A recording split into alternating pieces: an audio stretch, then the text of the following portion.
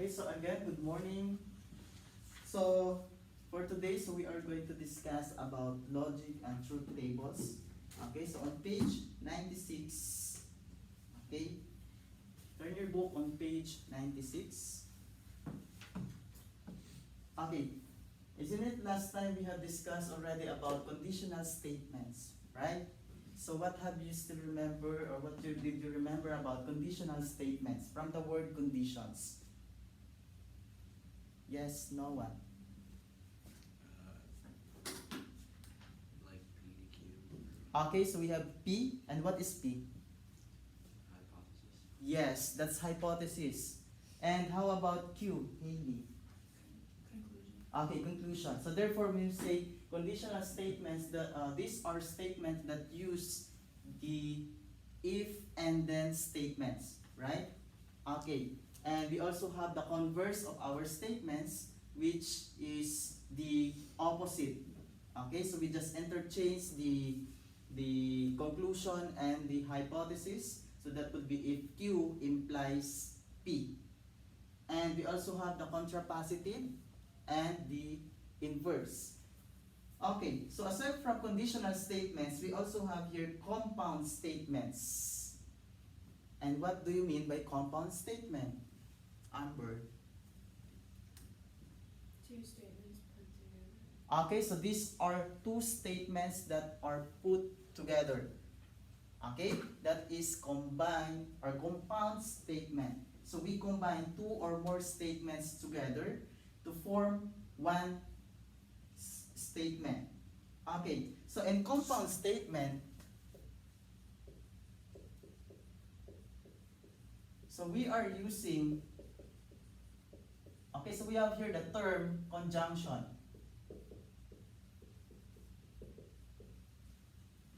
And another term we also have here, disjunction.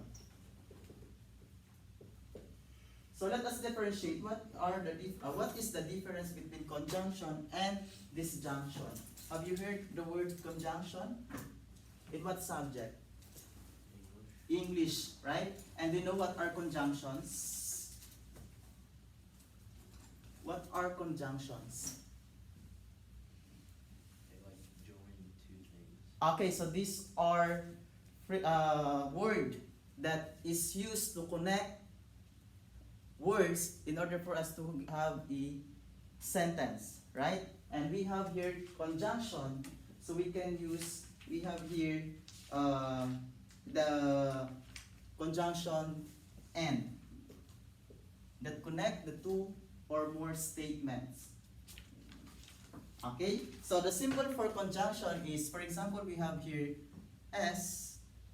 So this is the symbol for conjunction.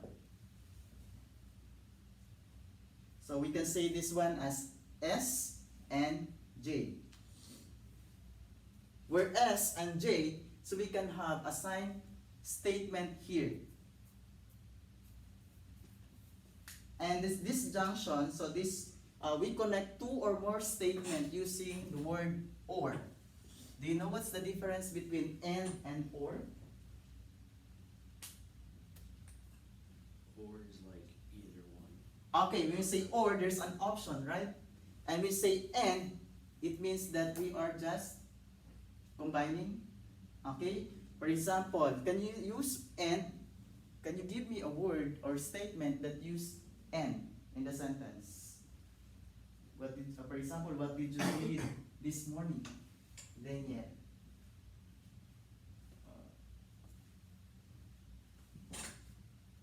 Can you give me a statement that uses and? Yeah, I can. Okay.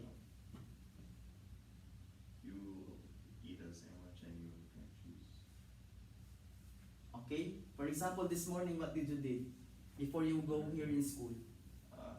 I woke up and I eat breakfast. Okay, I take a bath and I woke up and I wake up and breakfast. eat breakfast. Okay, so that is using and. How about or?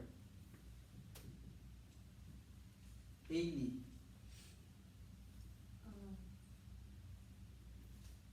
I will eat eggs or I will eat cereal. Okay, I will eat eggs or cereal. So there's a choice, right? And that is disjunction. So we can say that this is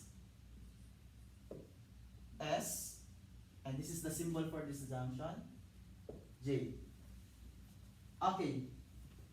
So here, in the example, so we have here S, activity number 1, we will go to the beach. J, we will go out to dinner. And T, we will go to the movies. Okay, so how are we going to construct? Number 1, we have S and J. How are you going to construct statement based on the given S and J? That's number 1. Noah. Okay, just remember this symbol. So this is the symbol for conjunction with the use of and.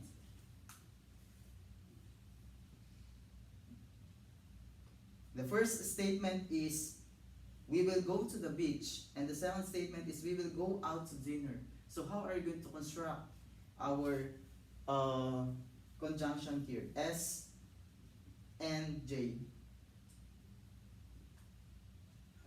We will go to the beach and we will go to. Okay, we will go to the beach and we will go out to dinner. How about number 2? How do you read that one? That is number 2. We will go to the beach or go out to dinner.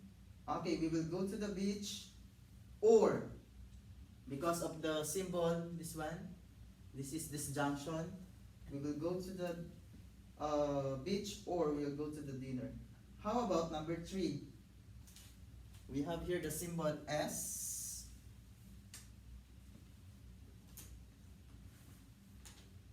J. Okay, how do you read this one? We have here S and we have the quantity J or T. So how are we going to make a statement based on this one?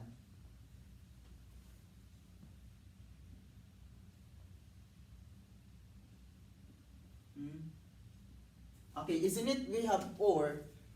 Isn't there's a partner for that or? Isn't it we have either or, right? We have neither nor, right? So since we are on this junction, so we what's the partner for or here? Either, right? So therefore we can say that either we will go to beach or we will go out to dinner and go to the movies. Go to the movies. We have our S is we will go to the beach. Okay? So can you just write? So number 3, we can say that either we will go to the beach or we will go out to dinner and go to the movies.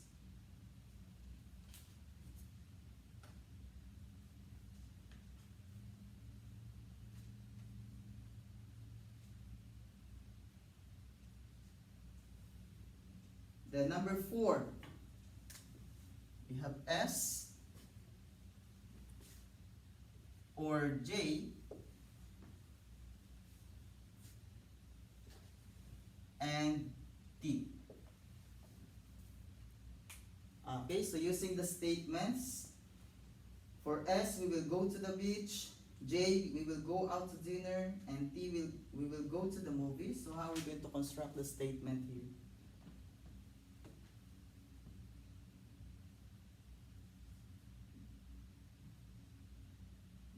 Okay, so we can say that we either will go to the beach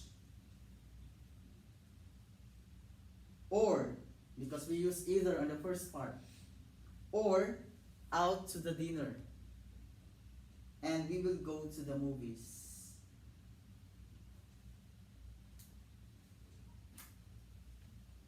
So as you can see here, we have 3 statements together. Okay, how about if I say S and T? S and T. How are you going to construct the statement S and T? Amber. We will go to the beach and we will go to the movies. Okay, at the same time, the word and. How about if I say S or J? Ay S or T? Daniel. S or T? We will go to the beach or we will go to the movie. Okay. Okay, so that's how we are going to construct. Okay, so using conjunction and disjunction. So now let us proceed on truth table. Okay, so when we say truth table, so it's the list of all possible combination. So these are now the combination of truth values of for two or more statements. Okay, so we are just testing now if the statements are true or false. Okay?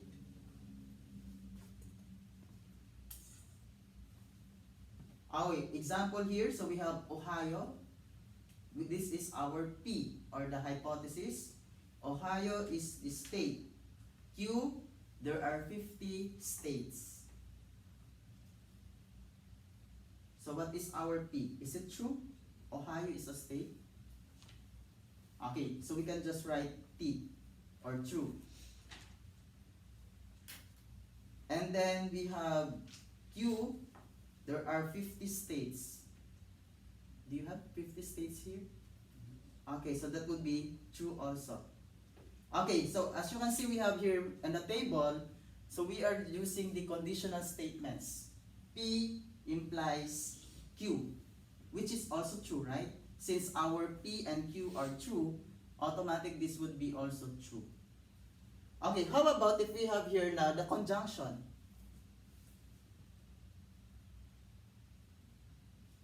Okay, since our conditional statement is true, therefore, our conjunction and disjunction is also true. It's always, isn't it? Ohio is a state and there are 50 states. Right? Is it true? Okay, so that's true. Next. Example number 2. Observe, we have Georgia is a state. That is our hypothesis. And Q, or the conclusion, Miami is a state. Miami is a state. So let us identify the truth values of this statement.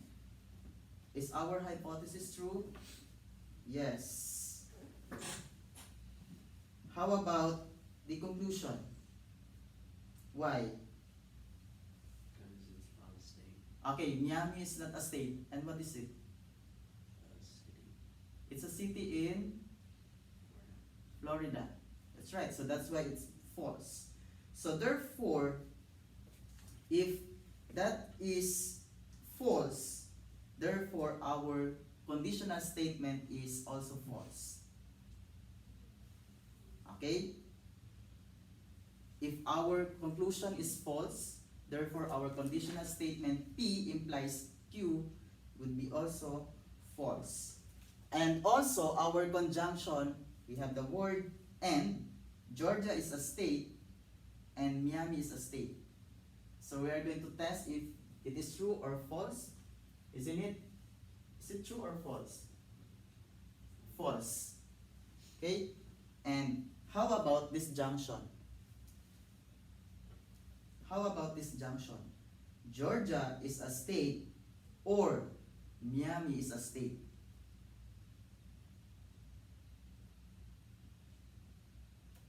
Okay, it is true. Why?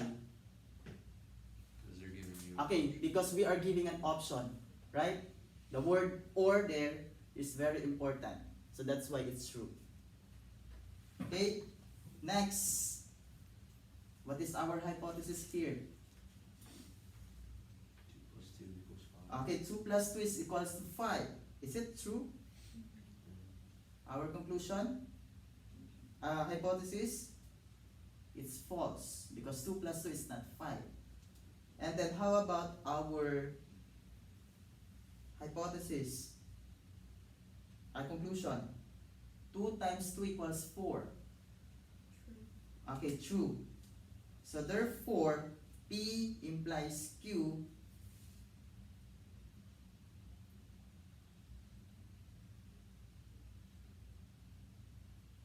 is true. Okay? If our conclusion is true, therefore, our conditional statement is also true.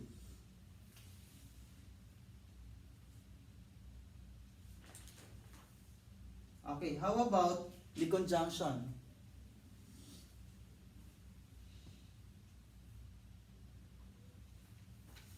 Okay, we are using now the word and.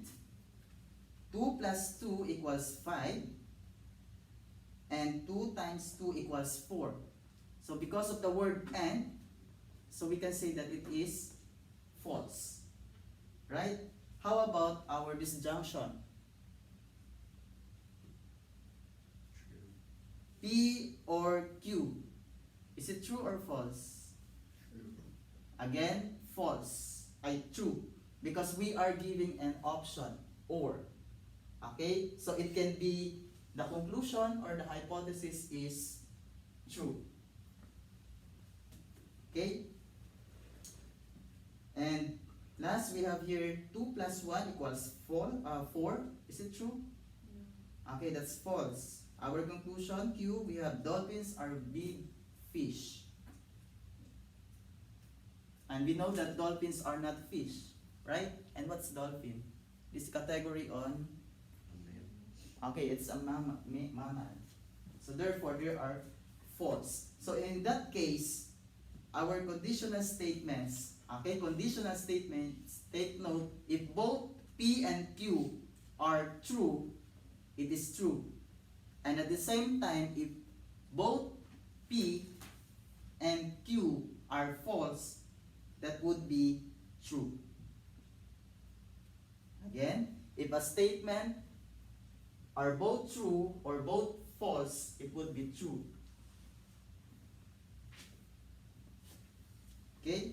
So our conjunction here, since our P and Q are false, therefore our conjunction P and Q, P and Q and P or Q would also be false.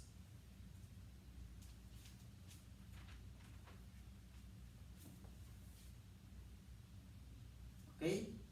So that is truth table. So we are just stating if the statements are true or false.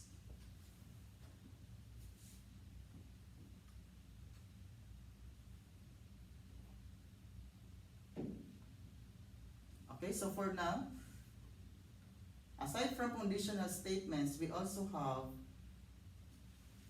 biconditional statements.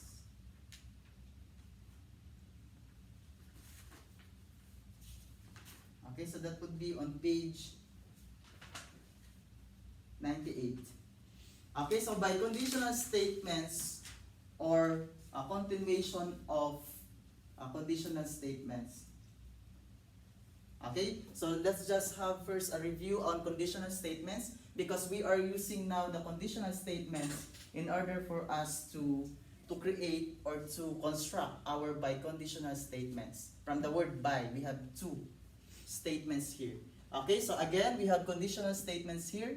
If P, then Q. And we all know that P is our hypothesis and Q is our conclusion. Okay, so we are just using our conditional statement and converse in order for us to create biconditional statements. Okay, so when we say biconditional statements, these are statements that we combine using conditional and converse statements. Again, biconditional statements are statements that combine using our conditional and converse. So we should identify our conditional and converse of our statement. And when you say biconditional statements,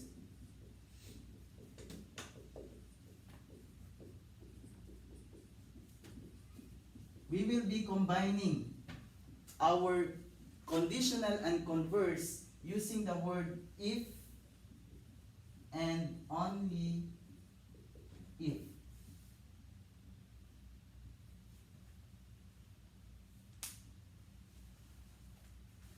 Again, so we will be combining our conditional statements and its converse. That would be our biconditional statements. So let's give example.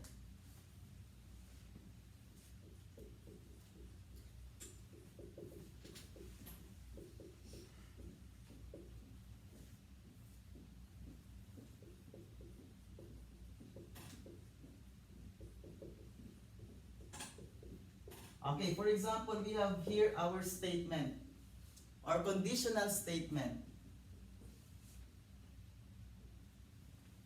If you did not try, then you did not fail. Can you give me the hypothesis in this statement, or P? You did not try. Okay, we have our P, you did not try. Right? How about our Q, or the conclusion? You did not fail. Okay, we have you did not fail. This would be our Q. Okay, how can you make that one or construct this statement using the converse? What would be the converse of this statement? If you did not try, then you did not fail. If you did not fail, then you did not try. Okay, so our converse here would be if you did not fail, we will just interchange the conclusion and the hypothesis. Then you didn't try or did not try. Right? Okay, our biconditional statements now here is, so we will be combining these two statements. Is it true? Our conditional statements. If you did not try, then you did not fail. Is it true? If you didn't try, is it false? How about this one? If you did not fail, then you didn't try. Okay, always remember, if both conditional statements and converse are both true or both false, therefore we can create our biconditional statements. Again, if both conditional statement and converse are both true or both false, therefore we can create our biconditional statements. And how we are going to create or construct this statement using biconditional statements.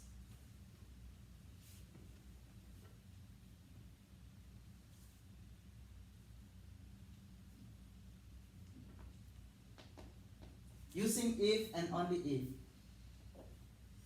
So therefore, if we are using if and only if now, so we will be, okay, omitting this if and then, right? And then we will just connect the two statements using if and only if. Amber. I don't know. So what is our P? You did not try. Right? And our Q is you did not fail. So we can say that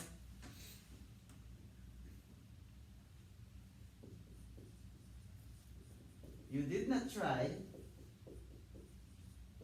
if and only if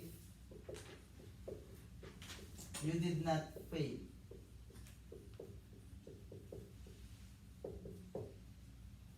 So as you can see now, we don't have now the word if and then in our biconditional statements. So we have now our biconditional. So we have here if and only if. Okay, so in example number 1, so as you can see on your book,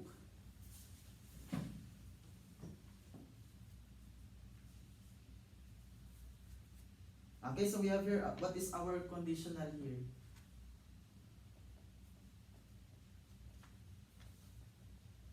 What is the given?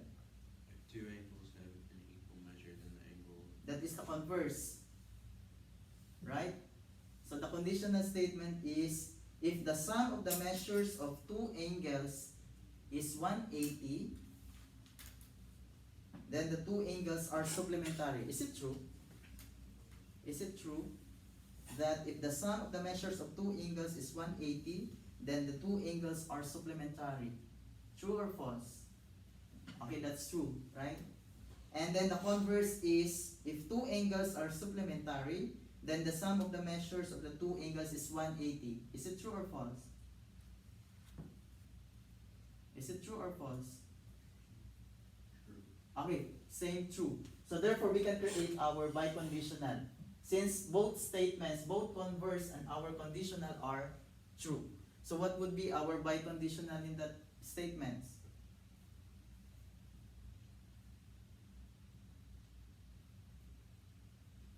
So we can just connect the two statements, right? Using the word if and only if. So we can say two angles are supplementary if and only if the sum of the measures of two angles is 180 degrees.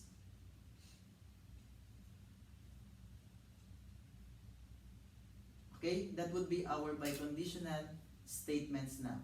So we connect the conditional and the converse, and we use if and only if.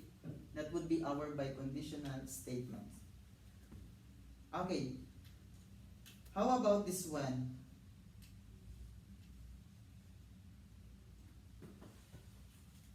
An angle, if an angle has a measure of 90 degrees, then it is a right angle. That is our conditional statement. If an angle has a measure of 90 degrees, then it is a right angle. What is the converse? If an angle measures 90 degrees, then it is a right angle. What would be our converse here?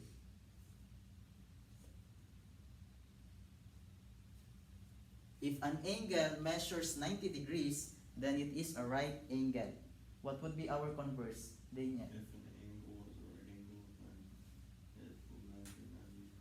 Okay, we can say if a figure or if an angle measures 90 degrees, if an angle is a right angle, then it measures 90 degrees. Right? We just interchange the conclusion and the hypothesis. How about the biconditional statements? What would be our biconditional statement? Now what?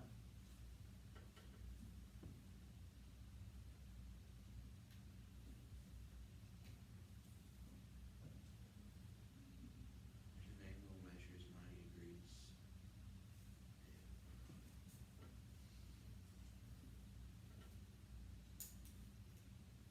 Okay, we can say that if an angle is a right angle, we will omit the if now. Okay, it is a right angle if and only if. Again, it is a right angle if and only if it measures 90 degrees. Can we interchange? Can we say if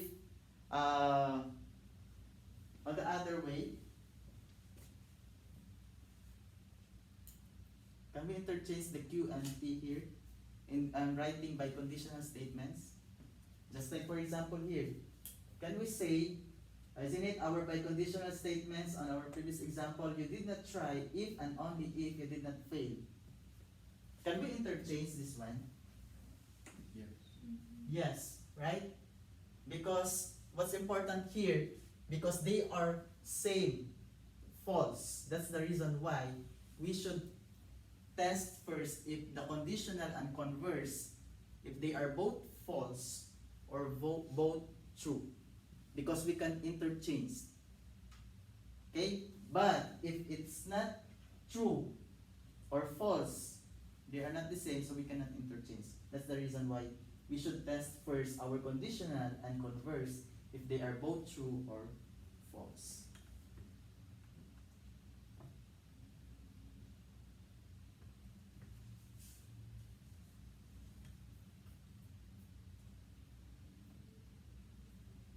Okay?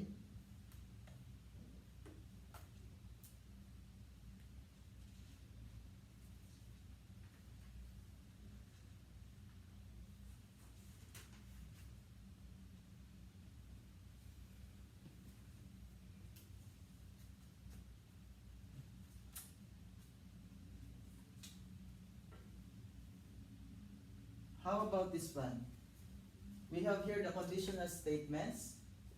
If a number, conditional statement, if a number is divisible by 2, then it is divisible by 4.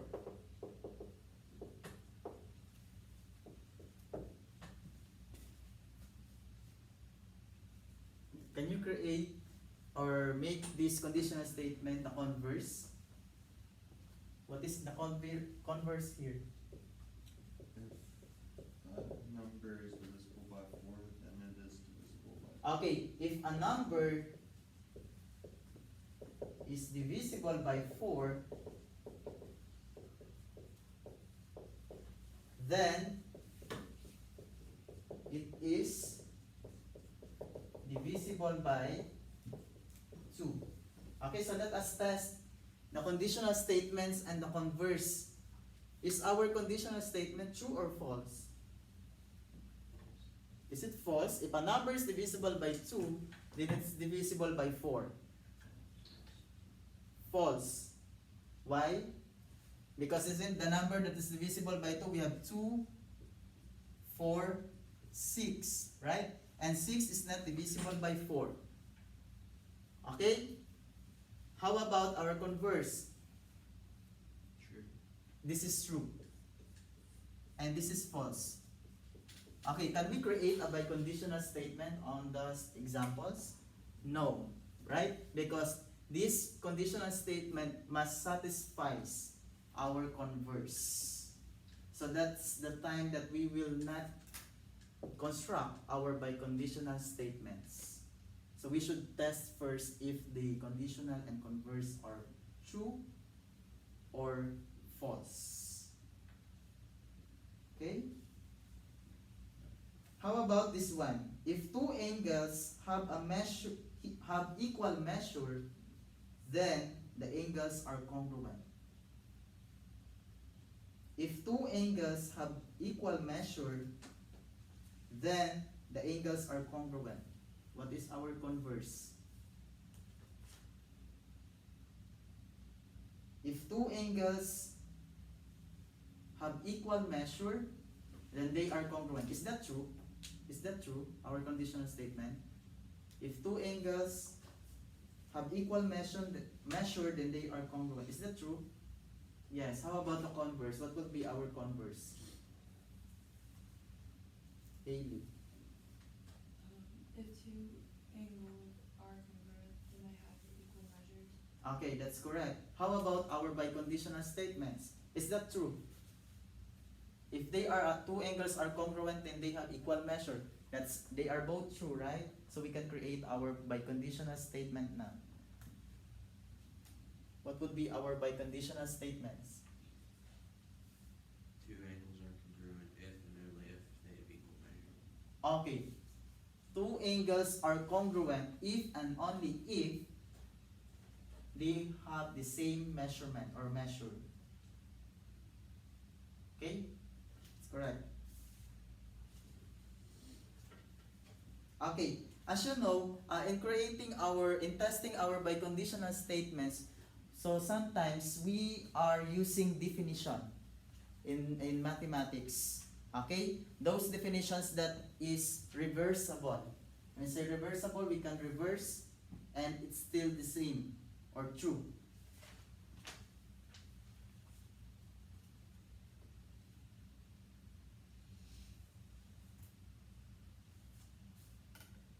Okay? Can you give an example of definition that we have studied before? For example, about angles. We already done with right angle, right? We created already a biconditional statement of the right angles.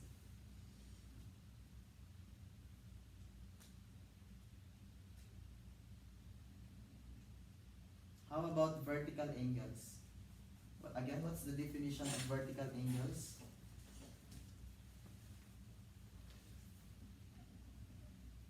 Isn't it vertical angles are two angles or two opposite angles, right? So we can create a conditional statement of